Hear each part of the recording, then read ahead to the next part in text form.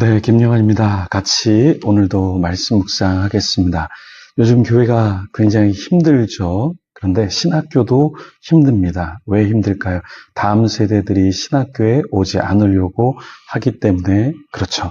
그럼 왜 다음 세대는 교회에 실망하고 또 신학교에 잘 오지도 않을까요?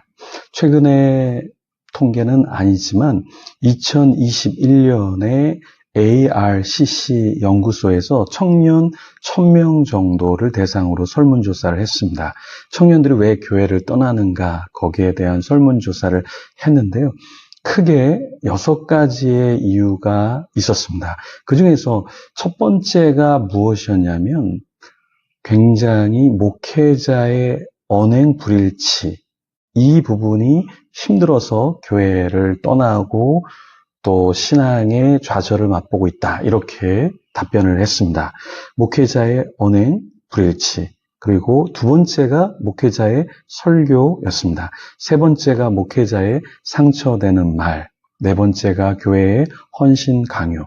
다섯 번째가 영적 필요가 채워지지 않아서 여섯 번째가 청년부. 그러니까 다음 세대 끼리끼리의 문화가 있어서 적응하기 힘들기 때문에 그렇다. 이렇게 답변을 했습니다. 다시 교회가 그리고 신학교가 활성화되려면 이러한 모습이 더 이상 있어서는 안 되겠죠. 무엇보다 목회자, 앞에 선 리더의 역할이 굉장히 클 겁니다. 느헤미야 시기, 느헤미야가 성벽을 재건하고 하나님 앞에 백성들을 돌이킬 때 어떤 일이 있었냐면 성 안에서 하나님을 세울 레위 사람들과 제사장들이 모여들기 시작했습니다. 그러니까 되는 시기 그리고 하나님 앞에 회복이 있을 때 어떤 움직임이 있냐면 하나님께 헌신하는 자들이 굉장히 많이 나온다라는 것입니다. 느헤미야 12장 22절에서 30절까지의 말씀 오늘 같이 살펴볼 텐데요. 22절부터 26절까지의 말씀 같이 읽어보겠습니다. 엘리야십과 요야다와 요하난과 앗두아 때에 레위 사람의 족장이 모두 책에 기록되었고 바사왕 다리오 때에 제사장도 책에 기록되었고 레위 자손의 족장들은 엘리야십의 아들 요하난 때까지 역대 지략에 기록되었으며 레위 족속의 지도자들은 하샤바와 세레바와 감미엘의 아들 예수아라. 그들은 그들의 형제의 맞은편에 있어 하나님의 사람 다윗의 명대로 순서를 따라 주를 찬양하며 감사하고 마따냐와 박부갸와 오바댜와 무슬람과 달몬과 악굽은 다 문지기로서 순서대로 문안의 곡간을 파수하였나니 이상의 모든 사람들은 요사닥의 손자 예수아의 아들 요야김과 총독 느헤미야와 제사장 겸 학사 에스라 때에 있었느니라. 어느 때에 레위 사람의 족장들이 모두 책에 기록되었나요? 22절에 보면 엘리야십, 요야다, 요하난, 얏두아 때에 다 기록되었다고 했습니다. 제사장들도 책에 기록이 되었는데요. 그때는 바사왕 다리오 때에 기록되었다고 말하고 있습니다.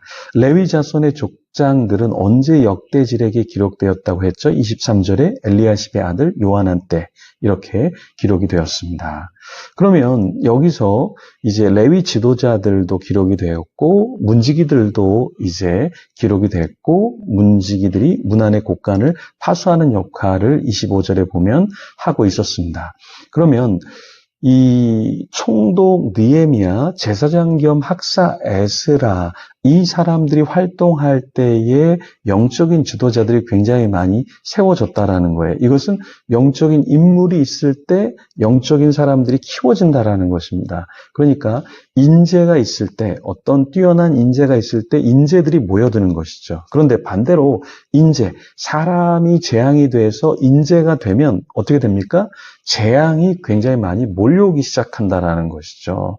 그래서 우리가 기억해야 될 것은 무엇이냐면 데이비드 차라든가 이상한 교단의 총회장이 활동하고 있을 때 한국 교계는 어떻게 됩니까? 굉장히 어둡고 미래가 보이지 않게 되죠. 그리고 젊은이들은, 다음 세대는 교회에 등을 질 수밖에 없다라는 것입니다. 그래서 우리 앞에 선 사람들이 더 많이 깨어있고 돌아보면서 하나님께 우리 자신을 올려드려야 하겠죠. 그런데 우리는 이렇게 생각할 수 있어요. 그러니까 교계의 지도자들, 이런 사람들만 잘해야 된다라고 생각할 수 있지만 그렇지 않고 우리 가정에서 엄마와 아빠의 역할, 가정에서 자녀의 역할, 가정에서 나의 역할이 굉장히 중요하다라는 것입니다. 왜냐하면 우리는 큰 공동체만 생각하면은 큰 공동체에 앞에 있는 사람만 잘하면 될 것 같지만 사실은 모든 작은 공동체 안에 앞에 선 자, 작은 공동체 안에서 함께하는 사람도 굉장히 건강해야 공동체가 세워지는 것이죠. 그래서 사탄은 항상 외부로 모든 핑계를 돌리게 만드는 거예요. 그런데 우리가 외부의 문제를 직시하지만 또한 내 안에는 어떤 문제가 있는가 계속해서 고민을 해야 하는 것이죠. 오늘 본문의 27절에서 30절 말씀, 이 말씀을 보면 예루살렘 성벽을 봉헌한 뒤에 무엇을 하냐면 각처에서 레위 사람들을 찾아 예루살렘으로 데려다가 감사하고 노래하고 악기로 봉헌식을 행하려고 했습니다. 그러니까 느헤미야 시대에 회복함이 있을 때 어떤 움직임이 있었냐면 감사가 넘쳐났다라는 거예요. 노래가 넘쳐났다라는 거예요. 악기로 봉헌을 하는 이러한 타이밍이 주어졌다라는 것입니다.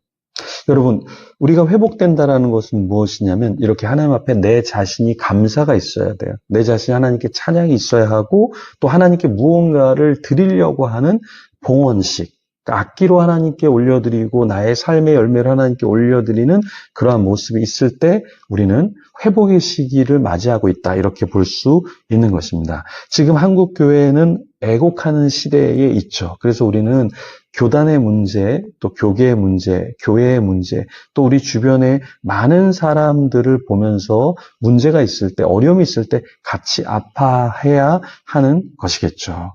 자, 노래하는 자들이 어디로 몰려들었냐면 28절과 29절에 보면 예루살렘 사방들, 느도바 사람의 마을, 벳 길갈, 게바, 아스마의 들에서 모여들었습니다. 이렇게 노래하는 사람들이 자기들을 위해서 예루살렘 사방의 마을들을 이루어 내었습니다.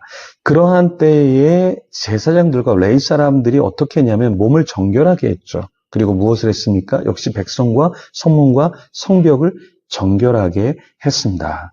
그러니까 제사장, 레위인들도 자신을 거룩하게 하고 백성들도 하나님께 자신을 즐거이 드리면서 어떻게 했죠? 하나님의 도시, 예루살렘을 회복했고 하나님의 나라를 회복했습니다. 그렇다면 오늘 나 자신은 어떻게 나를 돌아보면서 더 정결하게 거룩하게 하나님 앞에 드리면 좋을까요? 우리 같이 눈을 감고 기도하면서 오늘도 하나님께 드리는 기도, 내 안에 있는 욕심과 탐욕과 정욕을 내어드리는 그 기도, 같이 하나님 앞에 개인적으로 기도하며 나아가겠습니다.